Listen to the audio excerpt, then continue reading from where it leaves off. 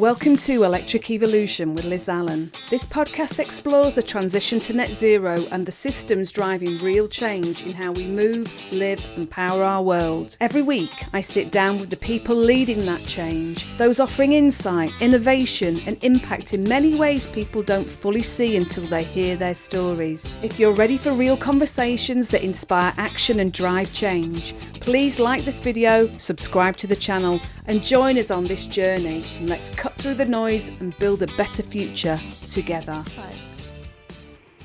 Hi, and thank you very much for joining me again on Electric Evolution. Today I've got an absolutely gorgeous being with me.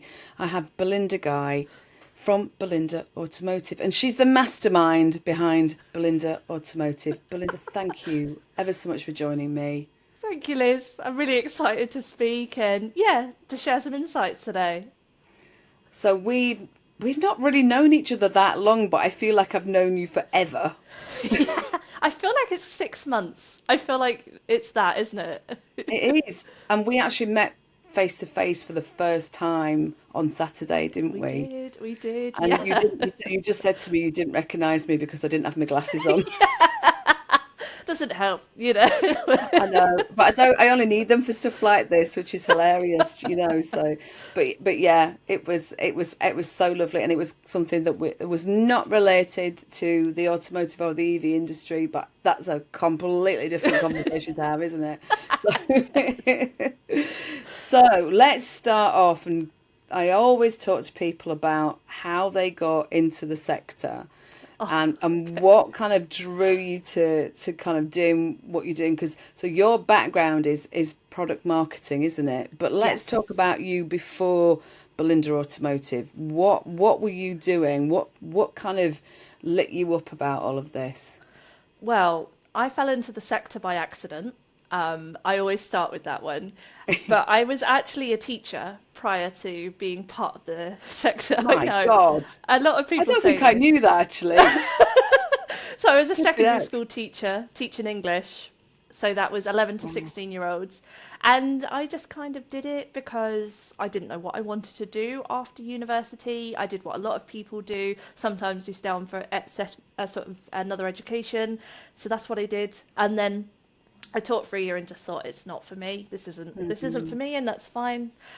So I ended up doing, as everybody does, hundreds of interviews, thousands of applications, and it whittled down to two options. Eventually, something to do with some tech, or it was automotive. So 8 years ago, 8 and a bit years ago now, I actually started working in the automotive industry as a product marketer. Yeah.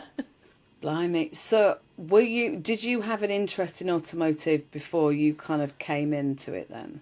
So I think I come from a different perspective because I was very much a child that on Sundays my mum and dad were watching Formula One and my brother and I would be like, I can't be bothered to watch this. Let's go do something else. And then when I was 17, I really didn't want to learn to drive. And I said to my dad, I don't want to learn to drive. And he was like, you're going to learn to drive because we've been your taxi service for 17 years and you're going to be ours. So I was like, okay. And then it wasn't really until I actually bought it was my third car because I had my first car for just over a year, but it was very old and it was very not great to actually drive. It didn't live for very long. The battery would die. It wasn't great. And then I kind of got my second car. I just wasn't interested in it. My third car was when I got my Yaris, and actually I was about 20 when that happened, 21. That's where I sort of started feeling I had more autonomy in my decisions. But it wasn't really until I started working as a product marketer in the industry that I actually fell in love with it, and I have not left, and you can't get rid of me, it seems. Well, that's all right, because we don't want to get rid of you at all. Your name popped up so much with kind of like the EV Cafe, because like we've kind of, we both watched the EV Cafe kind of news and things like that, and I kept hearing this name Belinda Guy popping up. Yeah. And I was like, who is she? And it's been lovely to get to know you, and we've kind of, we talked before we started recording, Yes. and we're both neurodivergent. As everybody knows who've been listening to me for some time, you know that I am, but Belinda is as well. So we can talk for hours. We won't be doing that today, will we? We'll be making sure that we try not to go on off on what I call a spicy tangent. I mean, we'll try. We will try. We will try. But you've got so much to bring to this sector. You have already brought so much to this sector. Let's just talk about the question is, what is product marketing? Because, how does it differ to kind of regular marketing, to social media is part of Yes. it, isn't it? But what is it? So, product marketing, I say it's actually the sexy side of marketing, but my fellow marketers will be like, well, it's not. So, I basically, as a product marketer, get to look at things like your value proposition of a business and understand what the key and core value is that your product, service, solution, whatever it is, supplies your customers. I then get to look at things like what the pain points are of customers, what is triggering them to make purchase decisions, and how Mm, can we support them on that journey. So it's not necessarily about forcing them to make a purchase, but making your business or your product stand out more than mm, a competitor or similar products in the market. mm, So there's that element to it. But it's actually a lot of the core piece when you look at a product marketer internally is they kind of, and I call it us a mediator, and a lot of other product marketers would agree with this, but many others say, oh, you're more than that. mm, Basically, you are the tie between product marketing and sales. So you create the confidence within the sales teams to sell the products because you give them the messaging, you give them the benefits, you mm, break it down, you help them understand their buyers more. For marketing, you give them the messaging to support more of those campaigns to make sure the right people are being targeted. And for product, you're basically taking the information and it's like a human dictionary or a thesaurus where you are changing all of the jargon and you are making it into something much more easier and digestible for people to read and understand. So it's a bigger spectrum than just that. You look at pricing, you can look at competitor research, you can look at market share. There is so much a product marketer does, but it depends because the world of product marketing is so big, and a lot of people don't really know that what the core of product marketing is. and going back to the word jargon, Yeah. there's a heck of a lot of jargon around, especially in the Oh yeah. automotive sector and EV charging. If we talk, if we just specifically concentrate on electric vehicles, that Yeah. level of jargon, people coming into even just buying an EV, etc. That is kind of a bit mind blowing, isn't it? Really? With EVs, obviously, part of the core selling point is the fact of some of the, the zero emissions, the statistics, the figures.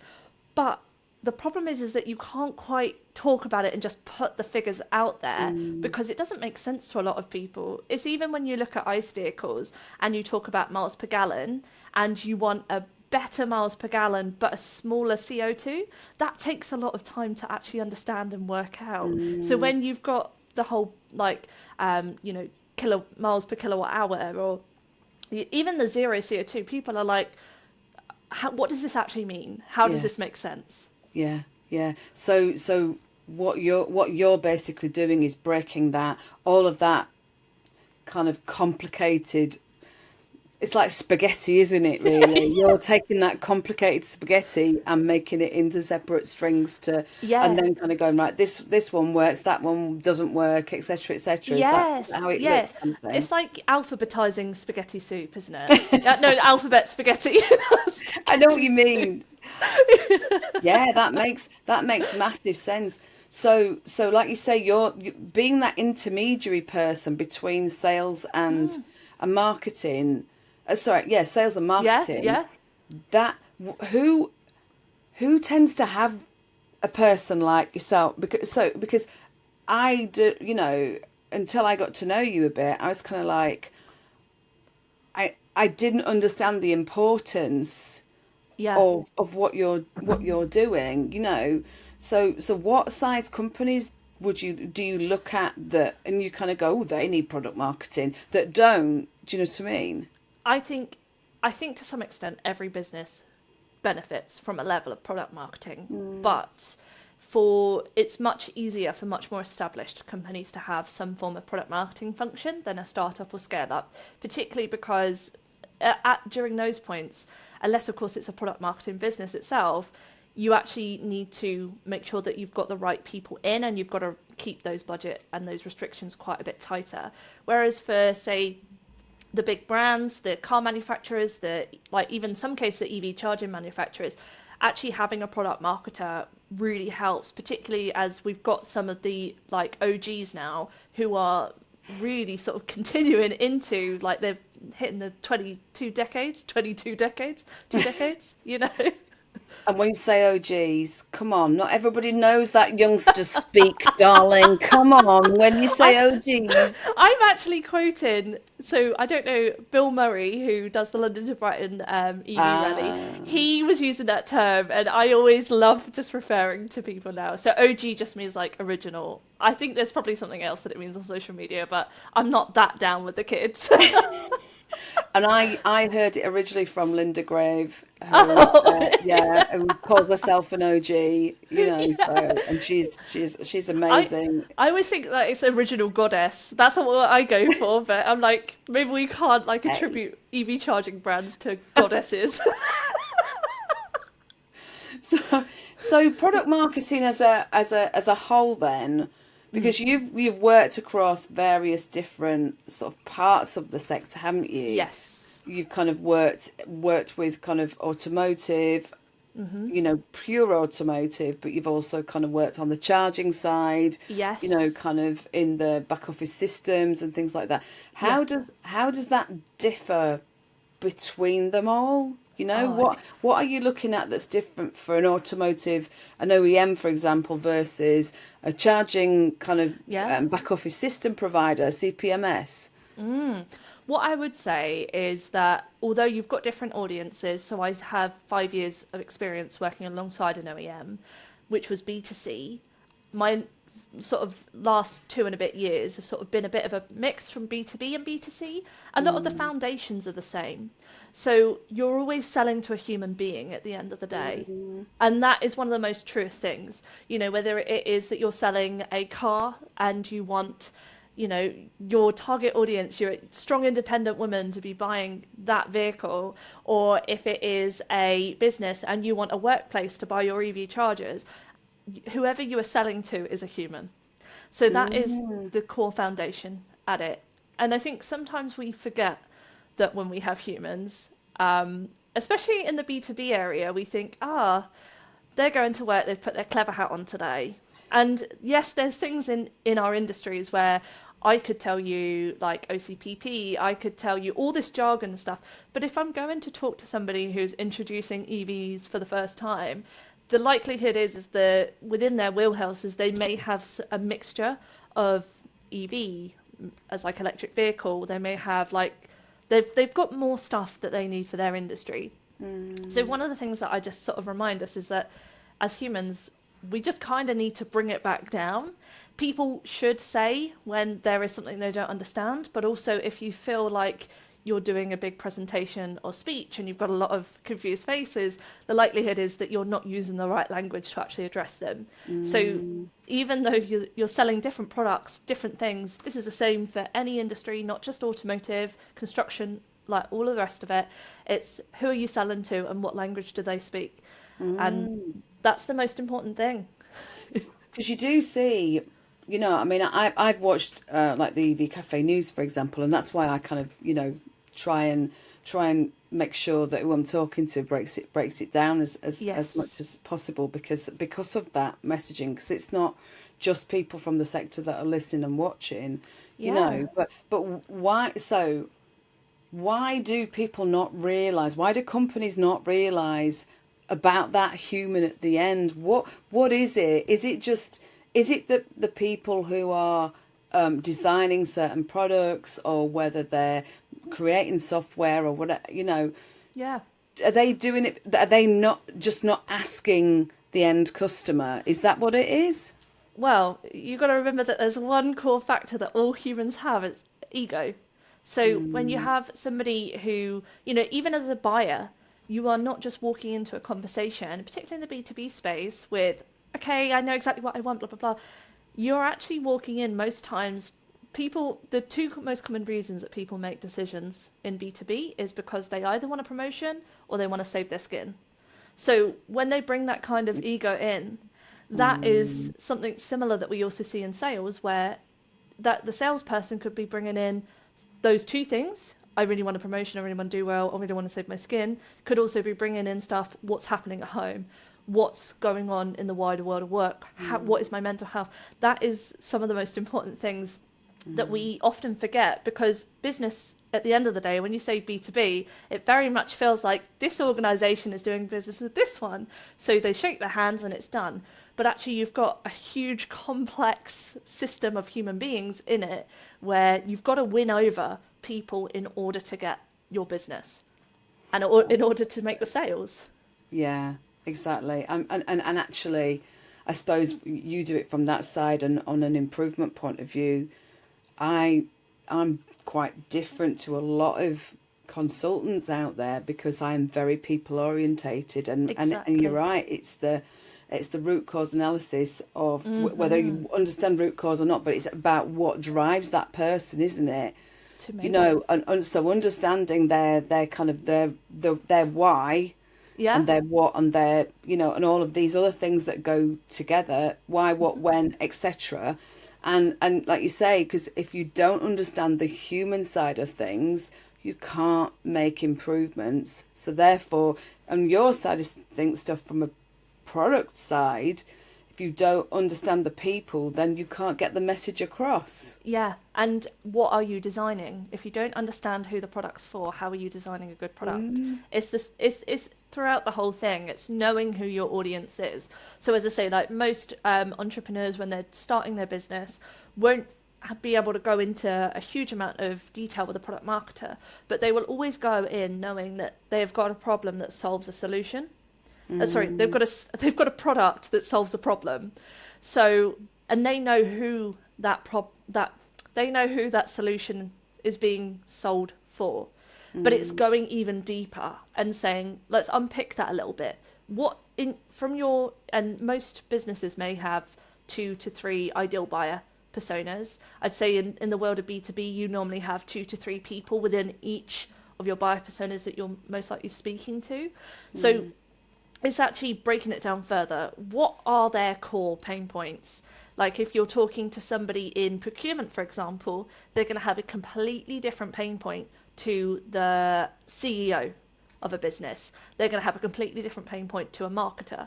So it's actually breaking down each of those pain points, looking at how your solution, software, product, whatever it is, serves those pain points. And then sometimes being honest is, if there's a pain point you aren't solving, can we make the product do it? Or is there something that we can say, such as an education piece? And oftentimes it might be that your buyers have a problem that they think is a problem, but actually it just needs a little bit of education and support. And you give something for free, and then they trust you. And yeah, that's some of the real deeper stuff that a product marketer does. I like that, because that kind of reminds me of some of the stuff that I talk about again on the improvement side, which is what we call delighters and detractors. Yeah. So you've kind of got the delighters, that if you're constantly trying to delight people, but you don't actually know who the people are and what you're delighting them about, you're literally Yeah. going, yeah, but we're going to give them everything. Yeah. Right, well, what is everything? But Yeah. also, is that everything in your mind? Is that actually what that person wants? Because I'm assuming that is the importance about understanding that persona of that buyer, isn't it? Yeah, exactly. Otherwise, you're kind of, and if you don't actually know what you're solving, you'll lose trust with people who actively want to speak to you, because they've reached out to you, or they've engaged with you in some way because they see that you are going to help them. And it may be that they're talking to your competitors. So if you're not sure entirely, or it may be somebody that's brand new to the business is just really struggling to articulate that's where you need to spend more time, is actually making sure that people know. And if you get objections, because all businesses get objections, it's just about how you handle them. Are there ways to talk to the strengths of the business? Are there ways to say this is where we want to go? And actually being much more open and honest with that kind of conversation does Mm, a lot better. It depends on who mm, you sell to too. You know, some people will, you're always going to get the critics. You're always going to get somebody that is going to be very hard to please. But at the same time, if your solution has value and you see that value weighed up, that's, you know, where you can lend your time, I think. because as you know, I'm getting on a bit now. So I've been around for a long time, and I've seen kind of sales and business development change a lot. But Mm, what I still see from this sector sometimes is and please, if you're business development or sales, please don't take this the wrong way, but some and not all, some business development will actually try and just sell anything just to keep people happy, yeah, yeah, you they basically end up agreeing any old tut, as I would call yeah, it. yeah, But actually, then it comes in as a project. So it's signed on the dotted line, comes in a project. It's not discussed with the ops team or whoever it is, or the projects. And then they go, bloody hell, what have we just signed ourselves up to? yeah. Or on the flip side, you'll see that people will really heavily discount a product when they didn't need to. And Mm, obviously, you're losing revenue as a business if that's mm, happening too. And suddenly mm. you've then got to try and like make your team more efficient to meet that budget, and it can get really messy. Yeah. But it's so how do you work so as a product marketer then, how can you kind of smooth that over? You see this at both sides. I mean, and hopefully you wouldn't let it get to that stage where it does get to that, that's that sale, because you're kind of proving the worth of a product marketer, really, Yeah. in that level of understanding. But how do you stop it from getting to that sale, that section, getting to that place where that's happened? So sometimes I think you'll find that it will happen naturally because when you're a startup, when you're an entrepreneur, you're still working out what is right and what feels right. And of course, to some extent, you want to listen and you may want to take some opportunities because you value actually the brand you're working with more than the money that will come to you. And sometimes that Mm, works. But what mm, I'd always say is the biggest thing, and this is not every product marketer will work on this. Sometimes you've got another element of marketing called sales enablement, but I like to combine them both because a product marketer can do both. But it's basically ensuring that your sales team feels comfortable and confident to talk about a solution. And mm, it might be mm, that you do some bite-sized training.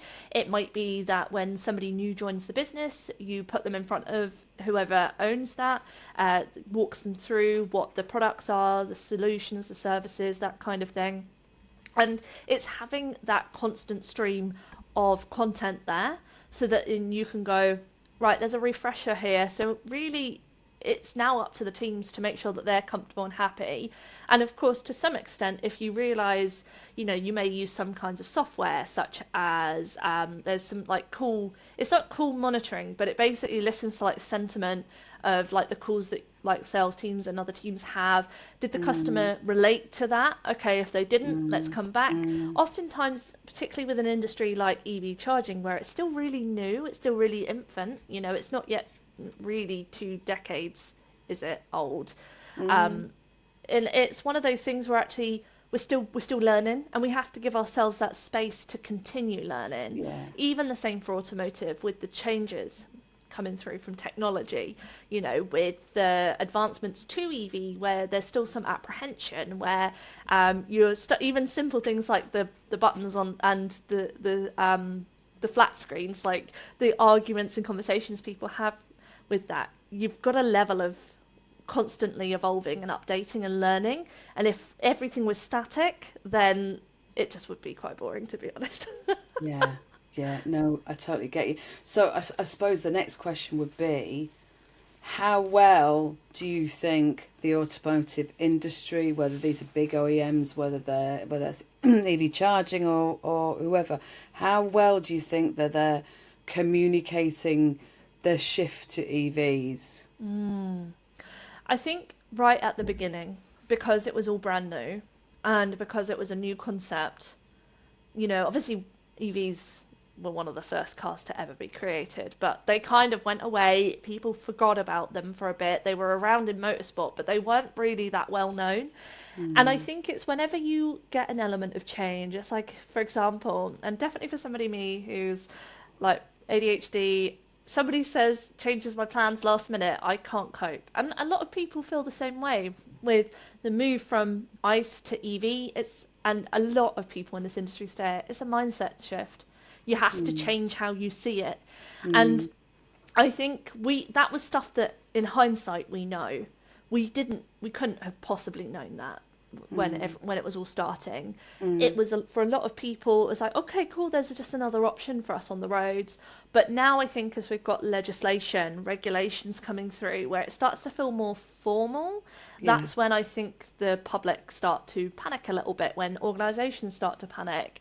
And that's where we start to get a little bit more of that divide, that like misinformation come through where you've got opposing opinions. And I think it's more so sometimes in this, not necessarily in EV charging, but across the entire automotive spectrum, where we've got insurance, where we've got, technicians, where we've got manufacturing, all of that.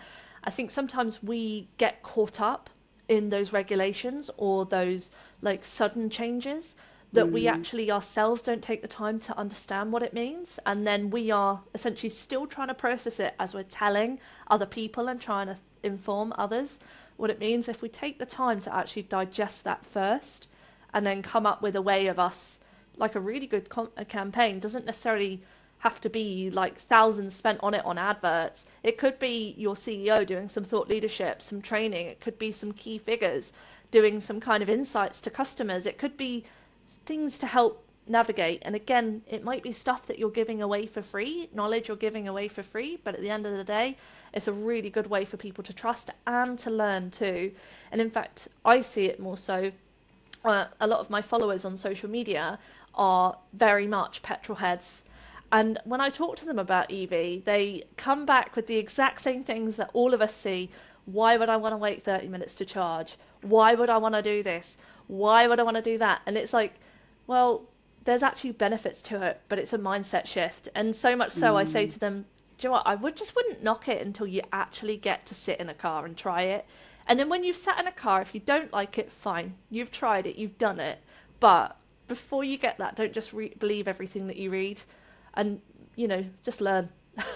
Do you know, and I might have said this in the last episode, that I was sat on the train to Wales. Actually, no, I haven't actually talked Yeah, about this, I don't think. we Did talked I about tell you? this. Yeah. Yeah, Yeah. yeah, yeah, that's what I knew I'd told somebody. So I'm just telling you again. But basically, yeah. So I was going to an event in Newport. It was run by Cenex, and it's only just a week Mm. ago, a week tomorrow, and yeah, I was sat next to a chap or opposite a chap, and I really didn't think he was wanting to chat at all, but we just got talking, and I realised that he was a petrol head. He Yeah. worked for confused.com, really nice guy. Um, Found the whole idea of electric vehicles confusing, Mm. and kind of the charging and everything. And I told him I had a podcast and da da da da. He might even be listening to this. You never know. You'll have to message me if it's you, and you know you are. And we did connect on LinkedIn actually, but actually, I felt by the end. I'm not saying that this was a thing, but by the end of the conversation, I think that understanding, putting it, because I try and do it the same as you. If I talk about EVs, I Mm. try and make it simple. You can't change everybody's You minds. can't. You can't. If you've got a petrol head and they just want to listen to or read the Daily Mail or whatever, They're gonna. or talk to Dave down the pub who says that EVs are a right load of old cobblers and all this kind of stuff, then that's up to them. But if they Yeah. are open to that mindset shift and you can make it simple enough for them to kind of, and I'm not trying to patronize anybody by saying simple enough. I just mean that it's not always, it's not easy with everybody's, my I'd been driving, well, since I was 20 when I passed. That's another story. Uh, but so I'd been driving for years, when I changed to an EV. Yeah. And I talked early on when we got our EV. I cried when our Golf was taken on a transporter at the end of our drive. And I was like, I know this is a really good idea, but oh my God, and actually, Yeah. but I'll never look back. No, Never look no. back, Well, that's just, cars are emotional. They're an emotional yeah. Well, not experience. They're everybody gets emotional, do they? But no, but like some of your most important memories happen in your cars. Oh Like whether God, it's yeah. your first date or you're driving, I don't know, to the birth of your child or something like that. That there is always something that happens in a car, and I think that's where we just have to realize it's a human thing again, the human element. It's emotional, and people will be negatively emotional about EVs because they've read something or perhaps they know somebody Mm, who's had a bad experience. And it's like the same with everything. We may have a bad experience with a holiday provider because they mm, messed something up. We're never going to win over everybody, but we can lead by example, and we can, and that's the thing, is like you can't change people. You can only change yourself. So if you yeah. change yourself and you lead by example, then people will start to get curious. And if it just Mm, means that, the petrol heads take a bit of time, that's fine. They're not obliged to have to get on with it and change their status quo, and it's just knowing that it's very much at your own pace. Although, we'd like to see a good adoption of EVs. we would, but you hit it on the head, and we've been talking about this. Think about how they feel, about that Mm, emotional experience, and yes. some of it, and again, that education piece of this is what it's about, rather than just assuming that everybody Yeah. understands this. So, and I've seen this a lot in the sector that kind of people get angry about negative things that are being said. Yeah. But why is it? Why Yeah. do they? Why do our? And our sector are amazing. Anybody who's Mm, worked in the EV sector, kind of, they're just all fantastic. they are. But don't get angry. Try and understand why those people Yeah. are kind of, yes, why they're resisting. Yes, there are negative Yeah. news stories, and we had so much, and I've talked about misinformation so much on this podcast, Mm, and I get that, and it is overcoming that. It's not easy, but yeah. don't get angry with it. No, We've got to actually absolutely. try and be a bit rational and take, because that means we're just putting our emotion into it, aren't we? Exactly. And if we try and put our emotion in to change somebody else, the likelihood is it's going to be negative if they were unsure Yeah, in the it first just place. you just And fight against them. I mean, and I think the thing we have to be real about is there are still barriers for people Yeah. to drive EV. And I know that some people will say there's not and there's less, but I'm always like, for me, and I'm always open and honest about this, I live in the middle of the countryside. I have one rapid charger near me. My local Tesco has just, which is 30 minutes away, has just put chargers in. Woohoo! So we now have chargers that are going in and live at some point. But Mm, until that point, like, especially where I am, conservation area, so rural, yeah. I don't own my house. There are still circumstances where people are also a little bit, they're hesitant because they just don't know yet. People Mm, may want to move. With more new builds coming in with charges on the front of them, that gives them more exposure to it. It's the tangible marketing piece. The other thing is, and this is definitely something that I experienced, is most of the, nobody really has a shop that talks or has like EV chargers in them. And I know that Eon did, Sarah MacArthur did that yes, one she where you did. could go in and see it, but Yeah. there's not often those opportunities for people to actually see a charger. And And if it's talk to something that's somebody. going on your house, Yeah. It's not like you want to Vodafone see or it. EE or a Yeah, shopping, like an Apple shop where you can actually go, yeah, just can you come and show, can I just have a look at your different yeah, chargers today? What do I actually do? So yeah, nobody's got a freaking clue of how to do this, have they, in some ways? So if we don't make it easy for them, yeah. then actually we're just doing ourselves a disservice, because these cars especially are bloody brilliant. The fact They that are. I can actually defrost my car from inside the house while my Yeah. neighbours are outside with their scraper. You You're know, like, I've got warm hands I ahead know, of I driving. know. I hate looking out the window feeling a bit smug, but you know.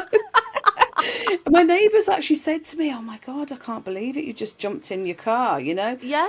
It's fun, you know. So, but it's not just that. There are just so many benefits of not having to walk past a stinky car for a start off. Because Yeah. you know, if an EV reversed into a garage, would you want to? You know, you can stand behind it, but do you want to do it with a petrol or a diesel car or whatever? You know, these kind Mm, of stuff. mm, Just simple things, but just let's talk about it and make it yeah. simple.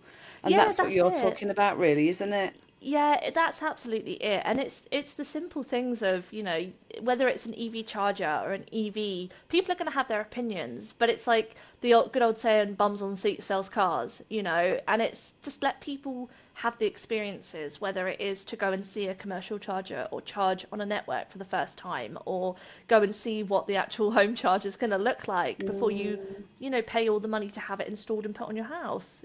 They're big decisions, and mm. they may not feel so big to us in the industry who are so it's our everyday, but to consumers they are, and even businesses they are big decisions. Do you know, I'm just wondering now, and this is, if you're going to nick my idea, let me patent it. No, sometimes, you know how you can get, like, you can order something on a website and if you've got it on your phone, it'll go, see how this looks in your house. And you can do like an Yes. augmented reality thing and go, see how it looks, like the charger, Yeah. see how it looks on your wall. Yeah, yeah, That kind of stuff. exactly. You Yeah, know, and just sometimes it's just that thinking outside outside the charging box, outside the isn't fuse it? box. Yeah, yeah, exactly. But But also kind of there's things that people just don't understand that, yeah, where like you get the car, you need if you've got a drive, which, lots of people are lucky, but some yeah, people aren't, but don't. you've Yeah. got a drive. What do you need to know? Because, Yeah, about yeah. the home charger installation. But Yeah, don't like send that person 20 question or 20 things that they need to find out about what the kind of coaxial cable or whatever needs to be put in. Make it simple. If yeah. you can't have a technician going there, then at least Mm, let them do a video call with you or something. yeah. That might be It's not a something. killer, is it? It's not, and that's probably, I reckon, where some of the home charging brands will go. And they may be doing it already, which is brilliant if they are. And it's like, even like the trunking, I always remember like how much trunking you'd need and where your fuse box is. That's the stuff as if you're right there at the beginning, you've got your camera, and that you can have say, no, not here, or take a picture of where your fuse box is, and then walk the distance to your car. So like Mm, mine is the other side of my garden, so mm. if I was to have one put in, I'd have to have groundwork. So it's stuff like that about knowing, okay, what do I need to expect? Like, what's my standard installation going to look like? What's going to be included? Yeah, like I say, photos don't always give justice to No. the distance. Like you said, yours is at the other end. Yeah, yeah. So if you can do, even if there's just not, it doesn't have to be a video call, because I know that video calls take time, but Mhm. actually, if you've got to ring somebody as like a home charge company, for example, or it's facilitated by a dealership and, and Mm. etc etc etc, and you haven't got what you need, you're gonna have to ring that person anyway, or you end Yeah, up delaying it, or or you get a technician come and it's a failed visit because they can't do what yeah, you were hoping they're gonna do, and then you'll just get somebody, the customer at the other end who's not happy. Just yeah, do simple stuff like get them to video it, yeah, walk from one place to another, or how many steps does it take you? I'm not talking yeah. in front of but just how far is it? You don't need it. Just on average, what have you got to do to get to your fuse box to do this? What do things look like? Just try and make it easy for people. Yeah, that's it. And it gets them involved as well. Like Mm, even to some extent, obviously some people may not be able to do that because they may not like have the ability to, you know, um, go from their fuse box to their driveway or whatever it is. But for those that can, it gives them the opportunity to actually see it from, another perspective, what this change means. It gives them some more insights, more education to it, and it could even be simple things that they, during this journey, they pick up some vocabulary or they pick up something about, the tariffs, like dual tariffs, which many people, even if they're not driving EV, don't really know about that they can leverage and have like cheaper usage at night. There's all of this stuff as well that even if you're not an EV driver, you might not even be a driver at all. There's so much stuff that you can benefit from learning. So what kind of questions are you being asked? So you've got a number of social media channels and you're communicating to people in the way that you communicate. What are you being asked? Are you kind of, because I know what social media is like. Sometimes you can just get a load of trolls on there giving you a right load of earache.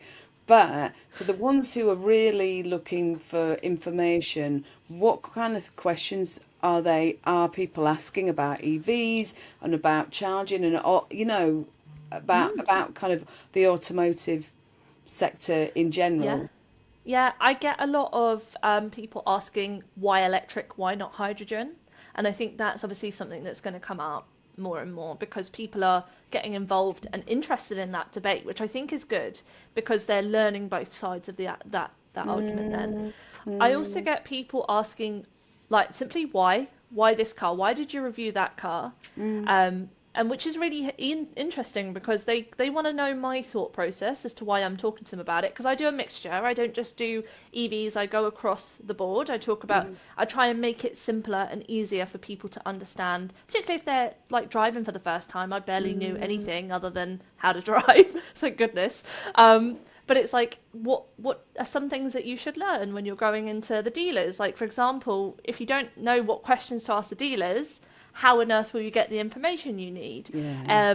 I have had people say, well, why would I want to, the typical, why do I want to stop and charge for 30 minutes when I could fuel up in 5?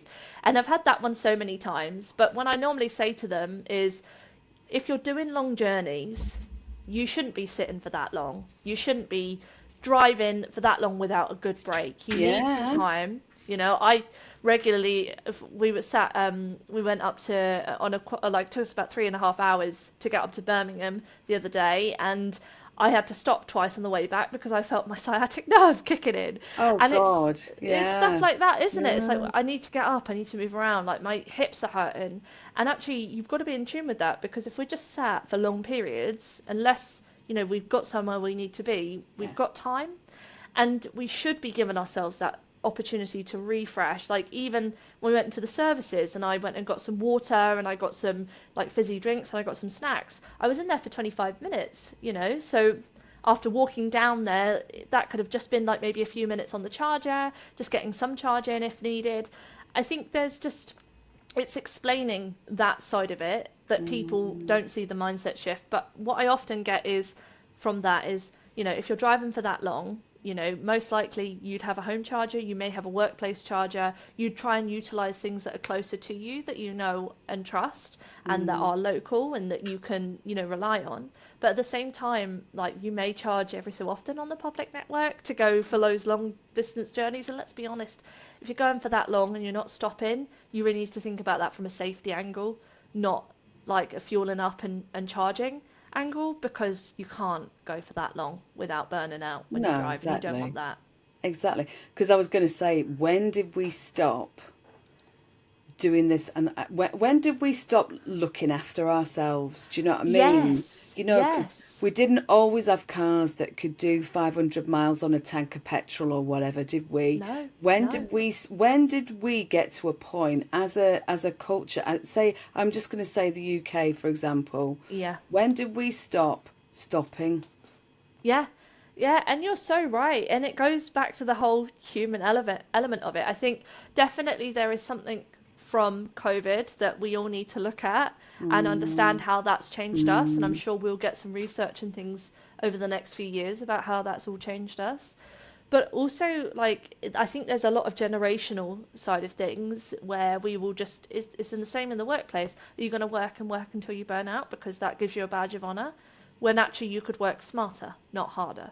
And you could do the same things during your work hours and receive the same results. And it goes back to the whole thing of, it's really no argument when you put it. If somebody wants to drive petrol, just own driving a petrol, just own it, mm, and just say you're not mm. ready, and that's fine. But it's like there's no thing of saying, well, why would I want to stop for 30 minutes? I explained to the Why guy would you when I not? spoke to him, I was like, you don't have to stop for the full 30 minutes. You don't have to charge it all the way to 80% or 100%. You can just get it to 60. You don't have to do the allocated time. You know, you can do what works for you.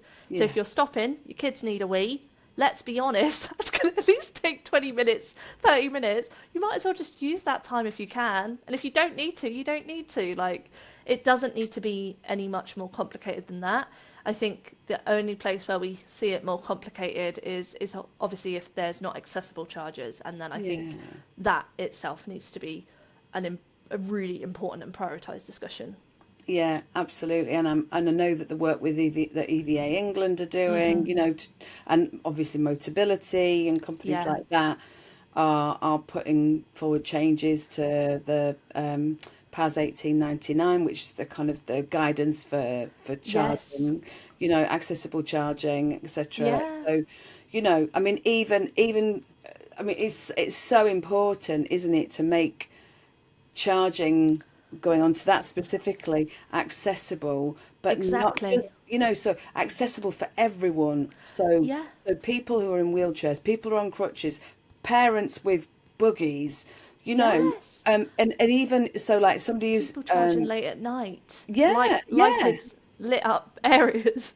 yeah. And So, actually, so we were me and after we went, after I saw you in Birmingham, me and this friend came back, and we went to a service station, which I don't normally do. I would normally go somewhere else, but it was pitch black, yeah. and actually, but there were no charging instructions. So, like, be inclusive, make it Yeah. simple, communicate. Yeah. We're Yeah. very lucky that we keep to you. I use Octopus Electroverse a lot when I'm out charging, but if I didn't use that, I Yeah. wouldn't, as a newbie coming into charging, for example, I would not have known how to charge my vehicle using that Yeah. specific charger. Yeah, absolutely. And it's even stuff, like if you want to charge overnight, but you haven't got a home charger because you're in a flat or you just haven't had one Mm, installed yet, you don't necessarily want to be over at the public network, especially if it's late at night and you need to charge ahead of the morning. It's like the work that Mohammed Dadi is doing at ChargeShare, where you can book someone's home charger and just know if mm, it's compatible. And if you're a disabled driver, within the biographies and things, it will often tell you like where the chargers are, where they're located, if it's a suitable space, that kind of thing. So I think there's so much more that we're doing a lot. There's so much more we need to do, and we need to stop mm. seeing accessibility as an afterthought, because Yeah, when you've got an accessible network, it doesn't just affect like drivers with disabilities or disabled road users. It actually affects everybody. If you're a parent, as you said, with a buggy, if you are somebody, like for example, with my ADHD, there are days when I can't get my words out. So I can't always get on a telephone yeah, and explain yeah, things because I can't get the yeah. words. You have what we both, well, what I call a brain fart moment. I Yeah, just have like, my brain goes, I I ain't got call it a through. flower sieve. Yeah. Right, it is because just, and actually, it's not just women, it's not just ADHD, as although menopause is another thing. Do you know what I Yes, mean? But yeah, blokes as well, and and yes, actually, but it's making things simple because, and with in a lot of cases, I'm not saying, I shouldn't say in a lot of cases, there are men who won't ask yeah, yeah, because they find it, to them it seems a weakness if they ask because they don't know something. It's like asking for directions. It's more likely that I will. It's yeah. things like that. Try and make it simple. Be in that person's head. Exactly. And it goes back to the whole product marketing point of the buyer personas. You're in that person, you know what they're thinking, and it doesn't matter if somebody is so advanced that they could use the whatever public charger it is, like with their eyes closed. You're going to have people that are still coming through that have not yet bought EV, that have no idea what they're doing, and Mm, they still need mm. help. They need hand holding. It's like, we're never not going to stop having new EV drivers, because at the age of 17, we get a brand new batch of drivers every year. Yeah, yeah. And actually, do you know what? All you need is somebody who's had a bad day. Yeah, Or there's somebody who's all of a sudden realised that they've got an upper body issue. Do you know what I mean? Like, yeah, I was yeah, talking to somebody the other day, and they tripped up, hurt themselves, yeah, and their shoulder was yeah, weaker. yeah, All of a sudden, Yeah. so handling cables and things like that. You Port all at some muscles. point, all of us, and you're only a youngster, all of us are going to be less Thank you. able-bodied. Exactly. We have And to think this, about that. but this is also the thing. It's like there's a lot of really amazing content creators out there that talk about this disability awareness, and they always say things like, you know, what if you were disabled tomorrow? How would your life change? And it's so like important to think that, because when you look at the difference in what disabled, people with disabilities have to go through versus those that don't have that disability or don't have that life experience, we actually realize there's a massive gap. So if we could do something, and that's raising awareness, and it might just be that the screen is slightly lower, oh well, the card reader is a little bit lower down. It's even like at petrol pumps when the pumps are at your hip height, and that works in a lot of cases if you have the same thing, the charging guns at hip height. It's stuff like that, isn't it? That, you know, just if we think about it, it's just going to make things a lot easier for a lot of people. And I get there'll be scenarios when that can't happen, and the site may not, be able to prioritize that, and I understand that. But if we think about it with that mindset first, I think that's going to be ideal. And I think the other thing is, from the other side, going back to the automotive, the OEM or the dealership, so of the manufacturers or the dealership, is make sure that you include all of the things in what you're giving them. So what regenerative Yes. braking is, how it drives different, Yes. what the difference between the battery life will be when it's in the summer Oh, versus in the winter, yeah. how to What's the use a actual charger on average. difference? Yeah. Yeah, and what's the actual difference between if you've got two battery packs? What does that actually mean? Mm, And I see a lot of brands now bringing out the same car with two different battery packs and just going 60 there you kilowatt, 90 kilowatt. go. There you go. I'm Yeah. like, okay, why? Like, what is your key selling point for it? Because don't make me do the work as a potential buyer. Yeah. You need to do the work and tell me, because Yeah. I'm lazy Exactly. and I don't want to work it out for myself. But it's true. No, but you shouldn't have to be able to have to work it out for this, for them. Nobody should have to work it out for themselves. And actually, there's no real one single source of truth. So we've got EV UK, so electric vehicles UK. I know Yes. there's a lot of information on that. Yeah. We've got to point them into directions where the Yeah. information is provided. Not everybody knows about EV UK. Not everybody knows about EVA England. But it's Yeah. just making sure that all of this information is communicated as easily as possible. Yeah. Yeah. And as I say, the industry itself is still infant compared to the wider automotive like umbrella. So there's so much more that we can learn. But if it's like word of mouth is the best way for us to talk about products and services and people. So if you know somebody that's just got an electric vehicle, mention EVA England, mention Electric Vehicles UK, mention all the great events, mention Liz's podcast, like to Yeah, learn more things. yeah, yeah, yeah. Get them all to listen to Electric Yeah, Evolution. yeah, yeah. And hit that subscribe button. Thank you. But yeah, absolutely, all of those things. So I'm going to ask you one final question. So for those people who are watching and listening who don't have a product marketer, can you just give them one pointer of what they need to do to help themselves Yeah, I besides would. getting a product marketer or bringing you in? Or Yeah, actually, just do that. Yeah, because all your yeah. details will be on here. Well, I would say know your value proposition. If you're not familiar with it, then you need to spend some time actually working out your product, service, solution, whatever it is, does X to serve X. And there are loads of like online, loads of ways to write a value proposition and loads of formulas to help you. I'd say that's the first. And then if you've got other people that work in your business, do they understand what your value proposition is? And if they don't, then you've got a communication barrier there. So you need to work on that. And then the other thing is looking at your business objectives. Does your value proposition marry up with your business objectives? That's a really important one, because if you can't see clear links, then one of them needs to be reviewed. And then I would say the last one, because I don't want to overwhelm, there's so much more you can do, but is actually understanding who your target audience is. So I'd normally say that if you're B2C, you'll know that you'll probably have a primary, a secondary, and maybe a third buyer persona that you want to target, but you'll focus most of your marketing on your primary, and then secondary should be a trickle down. So understand that primary buyer first, get some information about them, how old they are, what kind of job they might have, where they might live, if that's all relevant. And if you're a B2B, it's a similar thing, but look at your primary segment or target audience. What kind of business do they have? What are their key pain points? And then you can build out your second and third after that. But essentially, without those three things, your marketing can basically become a little bit all over the place. So it helps to keep you grounded. And that's what a persona, because I suppose it's funny, isn't it? Kind of like understanding the persona of who's buying from you. It's not just about what you want to sell.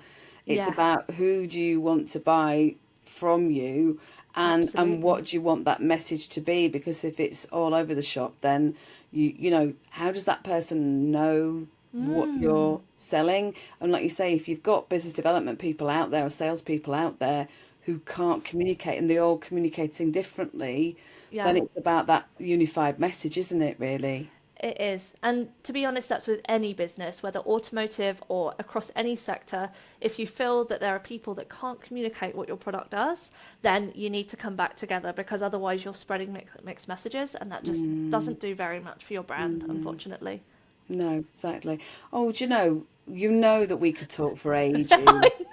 No, I mean, we've done 56 minutes now, and it's amazing. Honestly, I just, this woman is just the font of knowledge. So I will be sharing all of your different social accounts and your website.